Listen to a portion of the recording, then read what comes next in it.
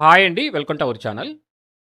ఈ వీడియోలో నేను హైదరాబాద్ నుంచి బెంగుళూరుకి వెళ్ళే హై స్పీడ్ రైల్ కారిడార్‌కి సంబంధించిన లేటెస్ట్ న్యూస్‌ని చెప్తాను. రీసెంట్‌గా హైదరాబాద్ నుంచి 3 ప్లేసెస్‌కి ఈ హై స్పీడ్ రైల్ కారిడార్ ఉంటుందని చెప్పేసి మనం న్యూస్‌లో వింటున్నాము. వాటిలో ఈ రూట్ కూడా ఒకటి. ఈ వీడియోలో నేను ఈ రూట్ ఎక్కడ బిగిన్ అవుతుంది? ఎక్కడ ఎండ్ అవుతుంది? మొత్తం ఎన్ని స్టేషన్స్ ఉండే అవకాశం ఉంది? మొత్తం ఈ రైల్వే లైన్ డిస్టెన్స్ ఎంతుంటుంది? ఈ రైళ్ళు ఎంత స్పీడ్‌లో వెళ్ళే అవకాశం ఉంటుంది అనే డీటెయిల్స్‌ని కవర్ చేస్తాను. ఈ రైల్వే లైన్ ఎక్కడ బిగిన్ అవుతుందని చూసుకుంటే, ఇక్కడ శంషాబాద్ పరిసర ప్రాంతాల్లో బిగిన్ అయ్యే అవకాశాలు ఉంటాయండి. ఇక్కడ ఒక స్టేషన్ వస్తుంది. మీరు ఇక్కడ శంషాబాద్ ఏరియాని చూడొచ్చు. ఇక్కడ ఎయిర్‌పోర్ట్ కూడా మీరు చూడొచ్చు. ఇక్కడ ఈ రైల్వే లైన్ బిగిన్ అయ్యే అవకాశాలు ఉన్నాయి. ఏ స్టేషన్స్ ఉంటాయని చూసుకుంటే, షాద్ నగర్ దగ్గర ఒక స్టేషన్ వచ్చే అవకాశం ఉంటుంది. ఆ తర్వాత మహబూబ్ నగర్ దగ్గర ఒక స్టేషన్ వస్తుంది. ఆ తర్వాత గద్వాల్ లేదా పెబ్బేరు పరిసర ప్రాంతాల్లో ఒక స్టేషన్ వచ్చే అవకాశం ఉంది. ఆ తర్వాత కర్నూలు సిటీ దగ్గర ఒక స్టేషన్ వస్తుంది. ఆ తర్వాత డోన్ అనే ఏరియా దగ్గర ఒక స్టేషన్ రావచ్చు.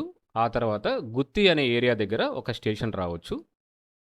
ఆ తర్వాత అనంతపురం సిటీ దగ్గర ఒక స్టేషన్ వస్తుంది. ఆ తర్వాత దుద్దేబండ అనే ఏరియా వస్తుంది.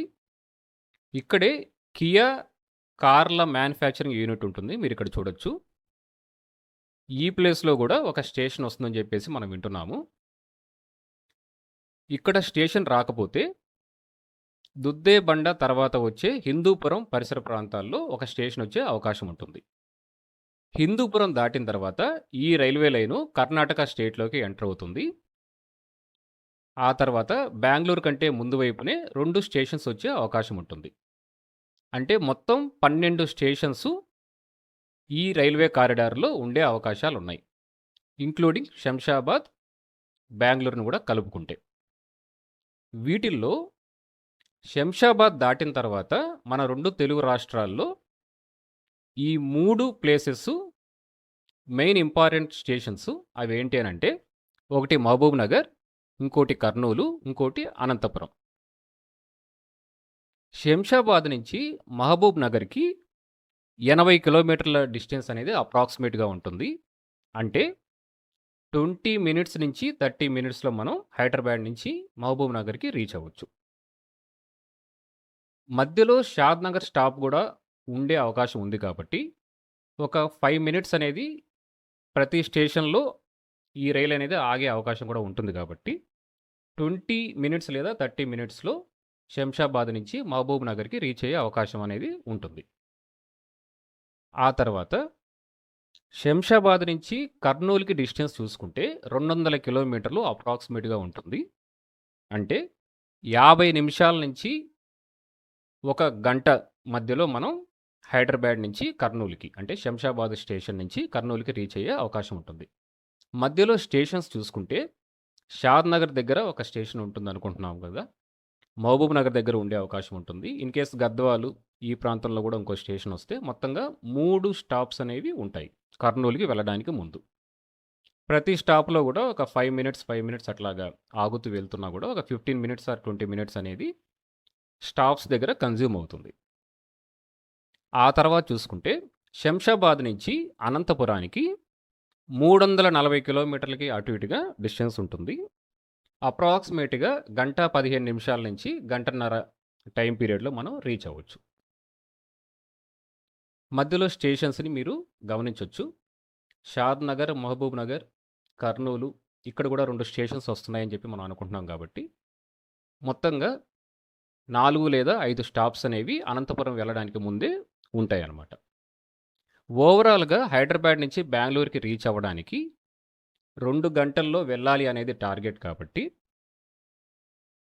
ఈ మధ్యలో ఎన్ని స్టేషన్స్ ఉంటాయి, ప్రతి ప్లేస్‌లో ఎన్ని నిమిషాలు ఆగుతాయి అనే విషయాలను కూడా కన్సిడర్ చేసుకున్న తర్వాత మనకొక టైం పీరియడ్ అనేది తెలుస్తుంది. ఈ రైలు 350 కిలోమీటర్ల స్పీడ్ అందుకుంటుందని చెప్పేసి మనం వింటున్నాము.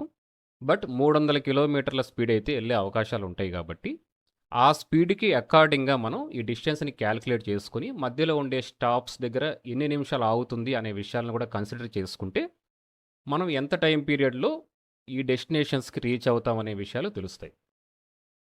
ముంబైకి కూడా ఒక హై స్పీడ్ రైల్ అనేది కన్‌స్ట్రక్షన్ జరుగుతుంది కాబట్టి, వన్స్ అది కంప్లీట్ అయిన తర్వాత, అక్కడ ఎన్ని నిమిషాల్లో లేదా ఎన్ని గంటల్లో ఒక ప్లేస్ నుంచి ఇంకో ప్లేస్‌కి వెళ్తుంది, ఎన్ని నిమిషాలు ఒక్కొక్క స్టేషన్‌లో ఆగుతుందనే విషయాలు మనం అక్కడ చూసిన తర్వాత, ప్రాక్టికల్‌గా మనం వేరే ఏరియాస్‌లో కన్‌స్ట్రక్షన్ అవుతున్న లేదా కన్‌స్ట్రక్షన్ అయ్యే రూట్స్‌కి సంబంధించిన టైమ్ పీరియడ్స్‌ని ఎస్టిమేషన్ ఏసుకోవడానికి అవకాశం ఉంటుంది.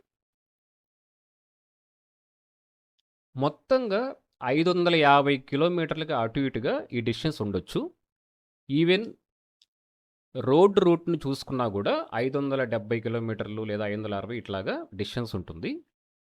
ఇప్పుడు ఇది కొత్త రైల్వే కారిడార్ కాబట్టి ఇంకా డిస్టెన్స్ కొంచెం తగ్గొచ్చు లేదా 600 కిలోమీటర్లుగా అటు ఇటుగా అయినా ఉండొచ్చు. ఈ కొత్త రైల్వే కారిడార్ డిస్టెన్స్. ఇదండి నేను ఈ వీడియోలో చెప్దాం అనుకున్న హై స్పీడ్ రైల్ కారిడార్‌కి సంబంధించిన డీటెయిల్స్. నేను నెక్స్ట్ వీడియోలో హైదరాబాద్ నుంచి చెన్నైకి వెళ్ళే రూట్‌కు సంబంధించి, ఇంకా హైదరాబాద్ నుంచి ముంబైకి వెళ్ళే రూట్‌కు సంబంధించిన డీటెయిల్స్‌ని కూడా కవర్ చేస్తాను. వాట్సాప్ ఛానల్ లింక్‌ని నేను డిస్క్రిప్షన్‌లో ఇస్తాను. మీరోసారి చెక్ చేయొచ్చు. నేను రీసెంట్‌గా ఈ రైల్వే కారిడార్స్‌కి సంబంధించిన ఇంపార్టెంట్ అప్డేట్స్‌ని ఆ ఛానల్‌లో అప్డేట్ చేశాను. ఇంకా హైదరాబాద్‌కి సంబంధించిన ఫర్దర్ డెవలప్‌మెంట్ యాక్టివిటీస్ ఏమైనా ఉన్నా గూడా, వాటికి సంబంధించిన డీటెయిల్స్‌ని కూడా ఆ ఛానల్‌లో అప్డేట్ చేస్తూ ఉంటాను. ఏవైనా ఇన్వెస్ట్‌మెంట్ ఆప్షన్స్ ఉన్నా గూడా వాటిలో నేను అప్డేట్ చేస్తూ ఉంటాను. డిస్క్రిప్షన్‌లో ఆ లింక్ ఇస్తాను. మీరోసారి చెక్ చేయొచ్చు. నెక్స్ట్ వీడియోస్‌లో వేరే టాపిక్స్‌ని కవర్ చేస్తాను. Thank you for watching this video.